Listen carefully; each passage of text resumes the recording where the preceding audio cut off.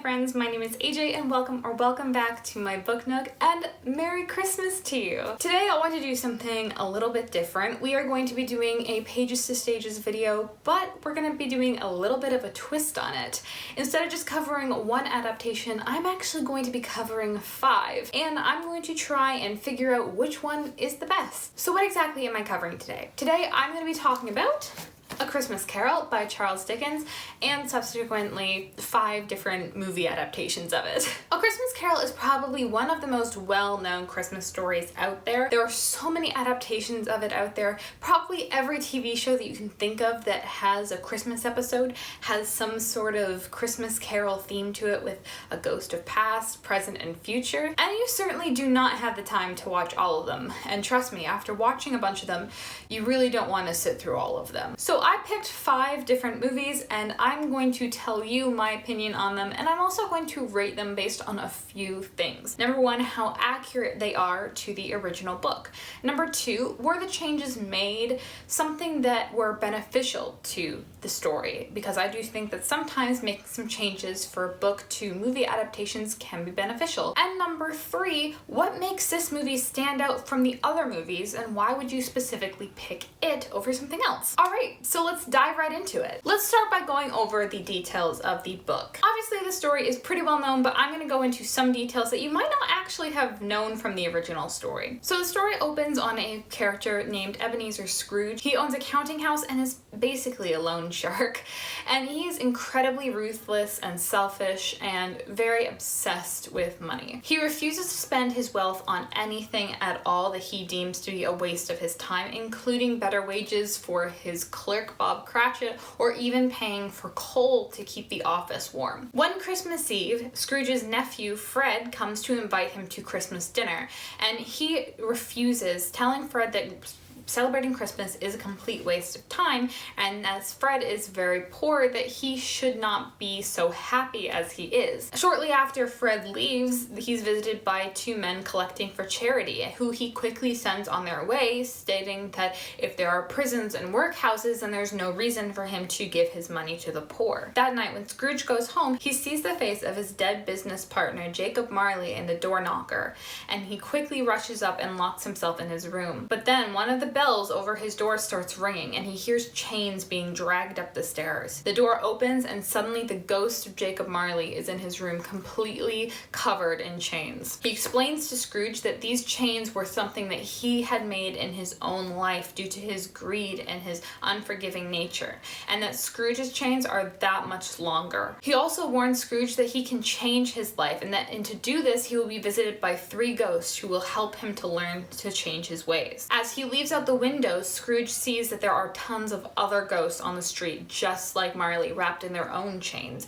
and forced to walk the earth forever. Scrooge falls to sleep and wakes up to find the first ghost already in his room. They're described to be very childlike, but also have white hair like an old man and completely dressed in white, and their hair gives off light almost like the flame of a candle. This is the ghost of his past, and this ghost takes him to his own childhood village, where he goes to the school and sees himself as a young boy left alone for Christmas. He also sees his younger sister Fan come and tell him that he's finally being allowed to come home by their father and is able to celebrate Christmas with them. As a young adult, Scrooge now works for a man called Fezziwig, who is very joyous and loves celebrating Christmas and always has big parties, even though it doesn't cost him much at all, which bring people lots of joy. Already Scrooge starts to feel regret for how he treats his own clerk after remembering how kindly he was treated. At this party, he also meets a young woman named Belle, who he quickly falls in love with. And if we jump ahead again into the future, we see that he and Belle have fallen out, since he has quickly become obsessed with greed and making money and no longer cares for her. She knows that because she is penniless, that if he had just met her now, he would not be interested in marrying her, and she releases him from his promise. The spirit puts the final nail in the coffin by showing Scrooge exactly how Belle was doing, how she was able to move on and make a family and have a happy life while Scrooge is completely alone. This obviously upsets him quite a bit, and he begs the spirit to let him go home, even going as far as trying to extinguish its light. He finds himself back in his room and waits for the next spirit to arrive. Next we meet the ghost of Christmas Present. This is a jolly green giant who has filled the room next to Scrooge's with lots of feasts and Christmas decorations. Scrooge already is becoming a little bit more comfortable with these ghosts and tells him that he is willing to learn whatever he has to teach him. He grabs onto his robe and he shows Scrooge how everyone is celebrating Christmas, whether they're poor or rich, whether they're miners or sailors and completely trapped in a treacherous location. Everyone is able to come together and celebrate. The spirit then takes Scrooge to Bob Cratchit's house to show how, even though he is poor, his large family is able to celebrate and be happy with what little they have. He also sees Bob Cratchit's youngest son, named Tiny Tim, a young boy who needs to use a crutch to walk. He watches as the family celebrates and enjoys their feast while asking the spirit what will happen to Tiny Tim. The spirit tells him that if nothing changes, that Tiny Tim will likely die. As he's watching the scene unfold, he sees his clerk give a toast to him as the sponsor of their feast, much to his own wife's disregard, as she is not a fan of how Scrooge treats her husband. The spirit then takes Scrooge to his nephew Fred's house, where he sees Fred express pity for him, that he would be so sad and lonely that he would miss out on such a great feast. The group end up playing a game similar to 20 Questions, where they have to try and figure out what Fred is thinking of, and they make fun of Scrooge, saying he's an undesirable animal who grunts and growls in the city. As they move on from this scene, the spirit reveals to Scrooge that he will be dying at midnight, as he is only the ghost of the present. But before he does, he shows Scrooge two children who are huddled under his long robe for warmth. They represent want and ignorance, and he warns Scrooge to stay wary of them, especially of the boy, Want. The spirit fades away, and Scrooge finds himself in the presence of the third and final spirit, the ghost of Christmas future. He tells the spirit that it is the most terrifying thing he's ever seen, and it is a large robed figure, very much like the Grim Reaper. He tells the spirit that he's scared, but he will go wherever it tells him to. And the spirit takes him on a series of troubling images. First, he sees a group of men mocking and celebrating a certain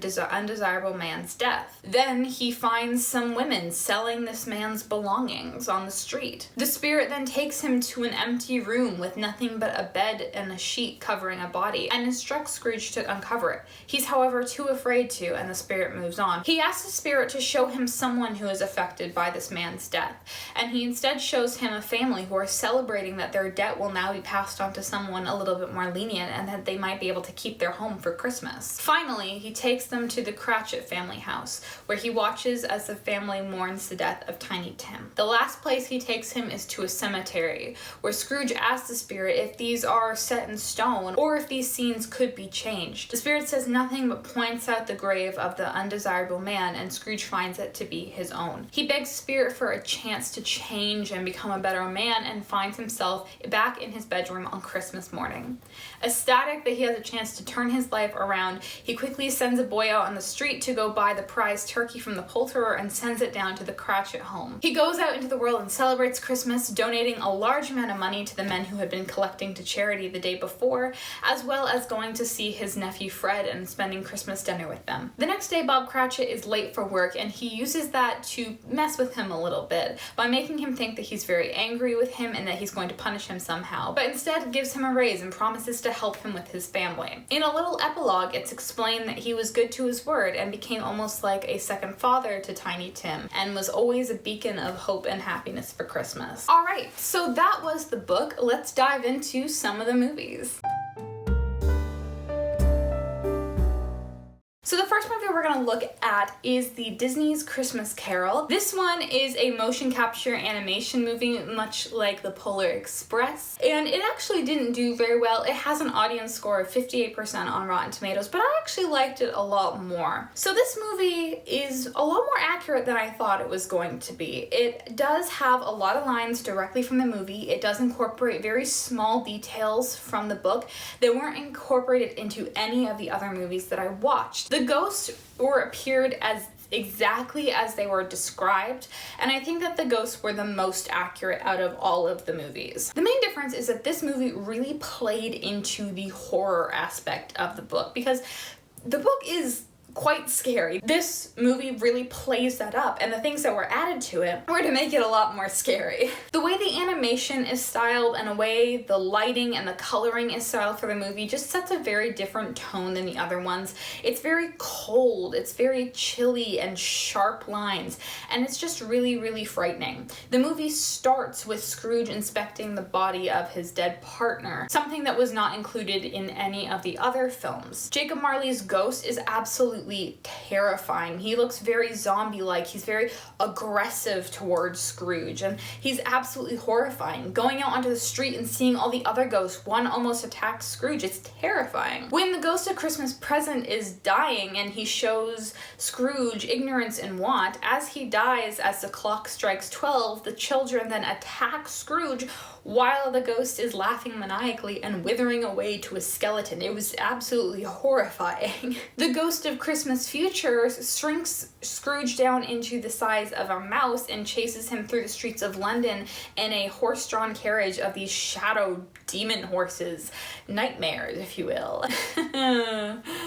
I'm sorry. During the scene where he witnesses his clothing being sold and he's still the size of a mouse, he has to run away from being hit with a cane as one of the people there tries to kill a rat that's nearby. Obviously, this movie was made for 3D. You can really tell, and it's very telling of the time period that it came out in, because a lot of things happen where it seems like it's supposed to be coming directly at the screen, which could be a little bit irritating at times, but it wasn't that bad. Overall, I'd say it was actually really accurate to the book. I'm gonna give it a 4.5 for accuracy, and I'm actually going to give it a 4 out of 5 for if these changes were beneficial. I think that they had a specific goal in mind, and while I definitely didn't find it very Christmassy, it definitely did something really unique and powerful with the movie because they had a goal in mind to turn it into a more scary version of it. And what makes this movie stand out? Definitely the scary version of it. There's no other movie that I watched that really played into the horror aspect of this book as well as this one did.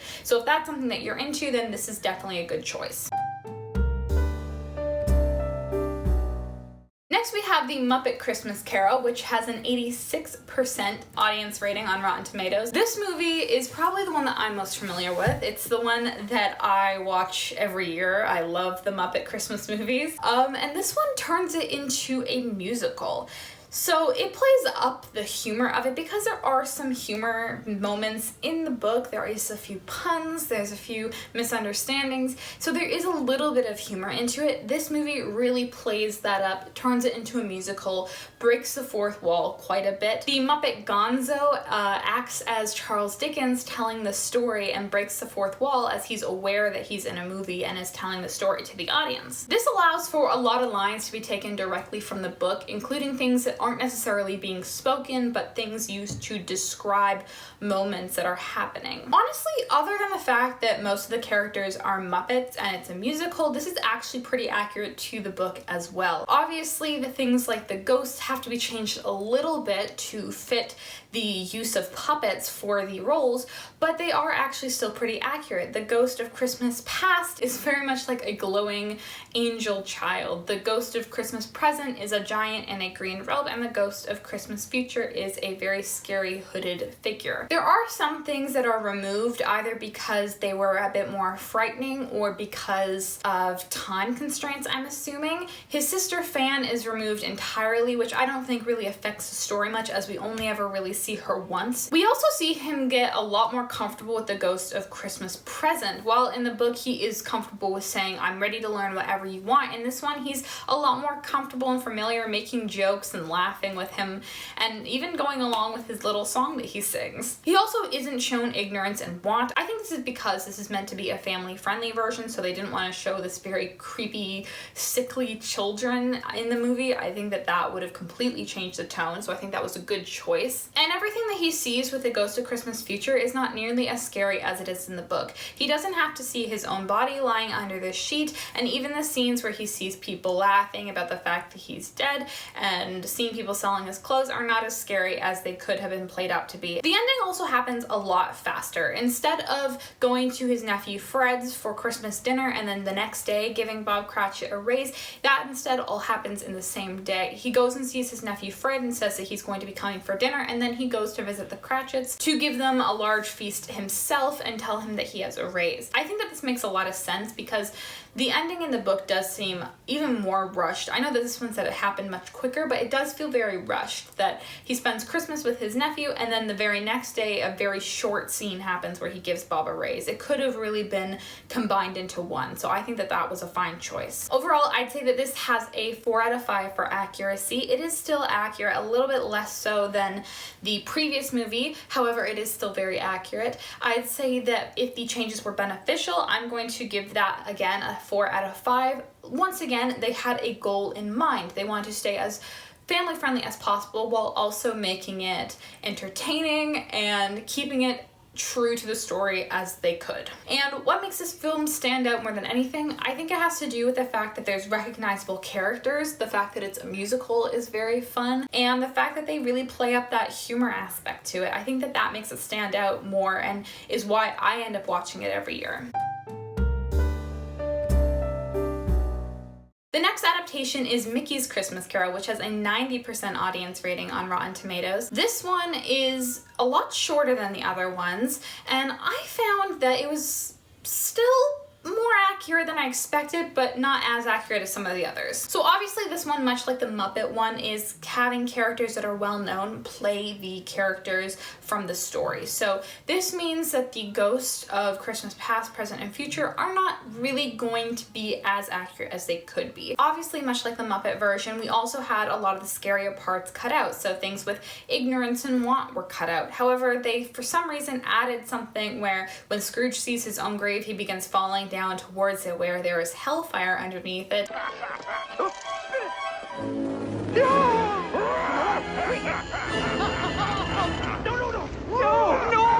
And that wasn't in the book, so I don't know why they added that. But hey, you know what? I'm not a director, what do I know? It seemed to me like they were trying to make this as accurate as possible while making it a good child-friendly alternative if people wanted to introduce their kids to the story. They show Scrooge being a lot ruder than he is in the book, including making Bob Cratchit do his laundry for him, and when the charity men come, he actually, instead of directly saying, well, as long as there's prisons and workhouses, he tries to gaslight them into thinking he's doing them a favor by not donating.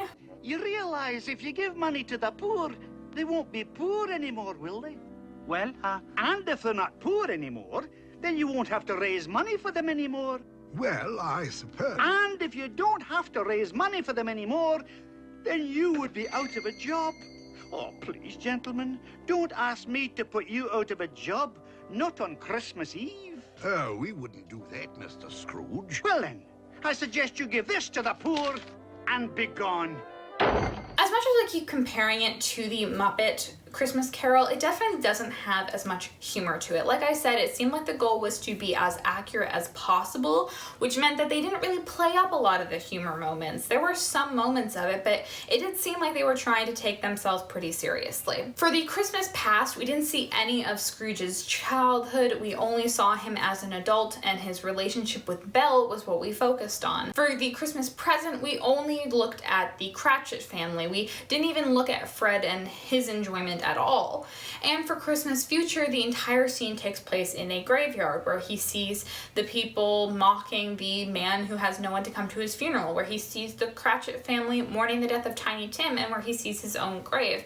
Everything happened a lot more quickly, which is understandable since this would have been a made-for-TV special, but I do think that it takes away a little bit from the experience. So for accuracy to the book, I think I'm actually going to give it a 3.5 out of 5. I know that I said that their goal was to be accurate, but I feel like they cut so much out in an attempt to shorten the storyline that I can't give it any higher than that.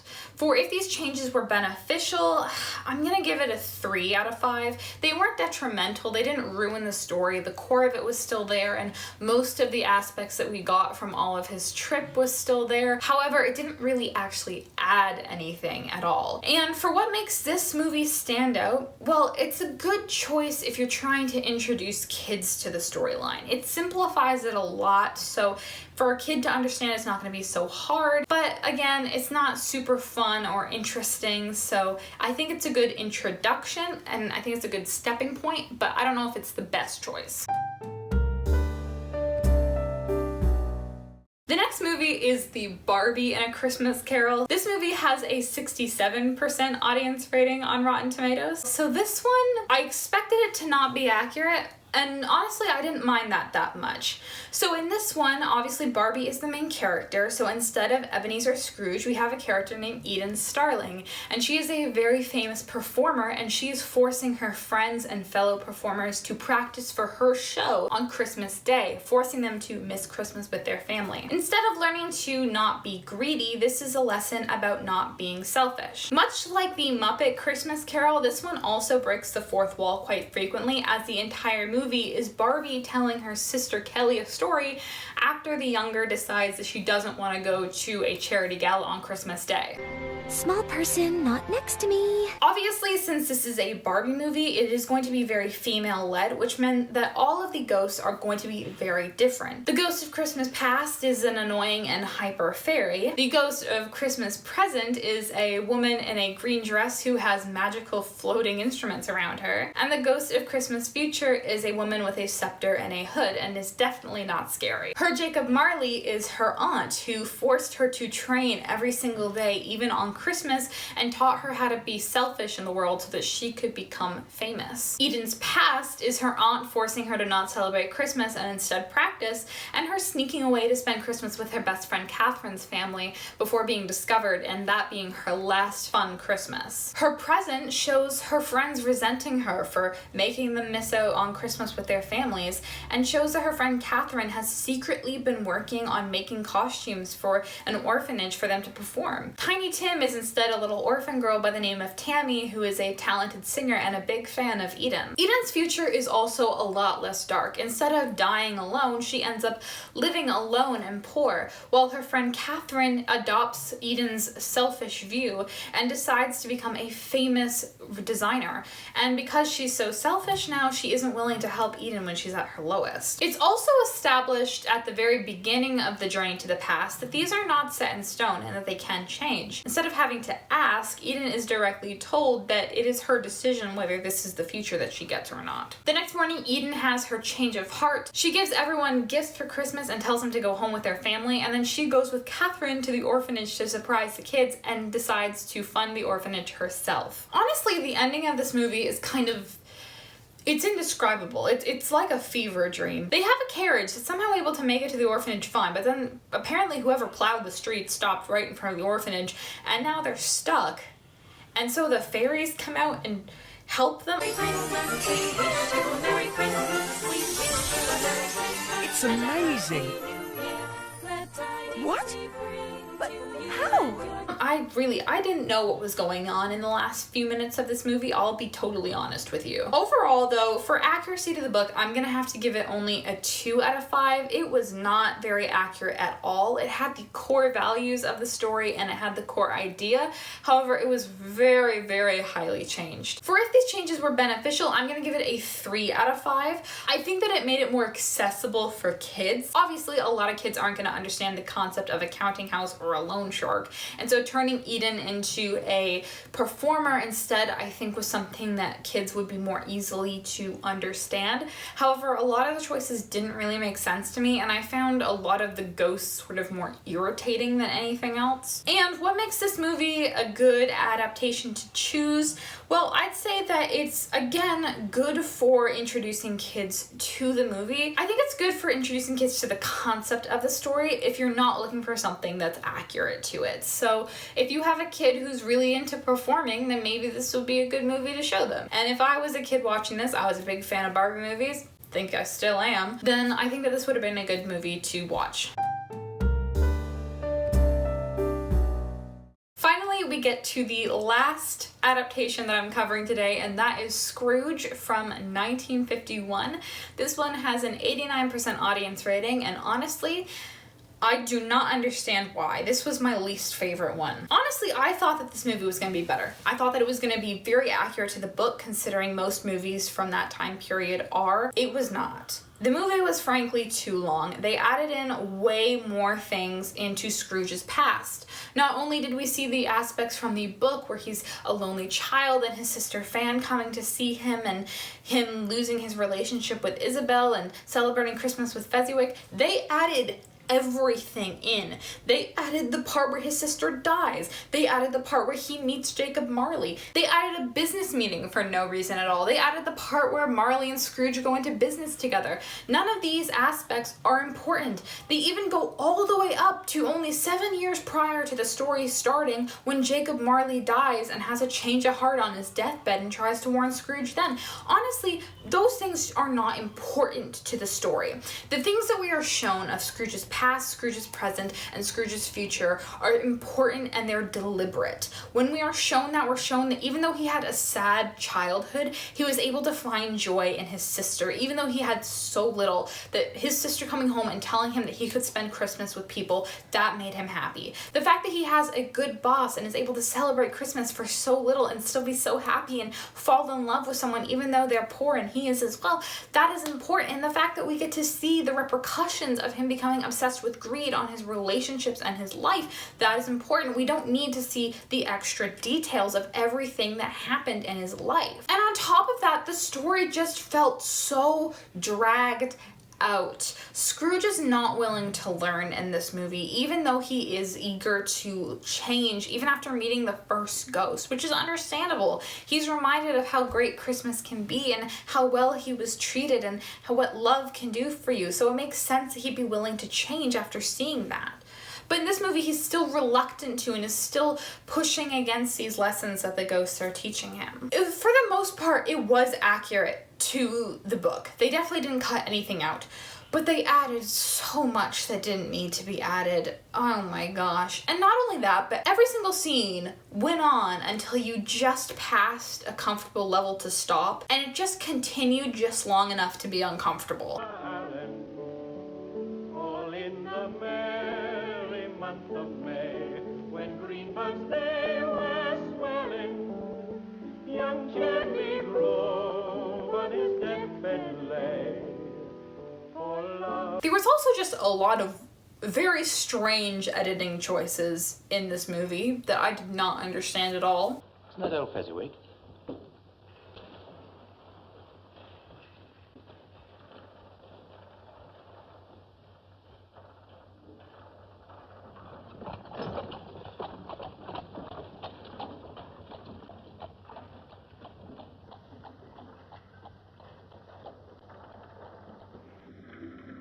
And hey, maybe chalk it up to it being 1951, but I don't understand why so many people think this is a great movie. I found it very boring. So for accuracy to the book, I'm gonna give it a 4.5 out of 5. It is incredibly accurate to the book, and the things that were added to it were things that were kind of explained briefly of what happened. For if these changes were beneficial, I'm giving it a 1 out of 5. I don't think it was beneficial, I think it was detrimental to it. The fact that they added so much made the story just feel like it was dragging on and on forever, and I was so bored by the end of it. Like, I almost didn't want to finish it. And what makes this movie stand out from the others, I think that if you're looking for something that is incredibly accurate, then I think that this is something to go for. If you're someone who enjoys older movies, it might be something you want to go for. But other than that, there was really nothing that stood out to me. Alright, so that was all 5 of the adaptations, so let's dive into my final thoughts. Honestly, I think the best adaptations were the Disney motion capture adaptation and the Muppet one, surprisingly enough. I think that these two did try to stay as true to the original story as possible,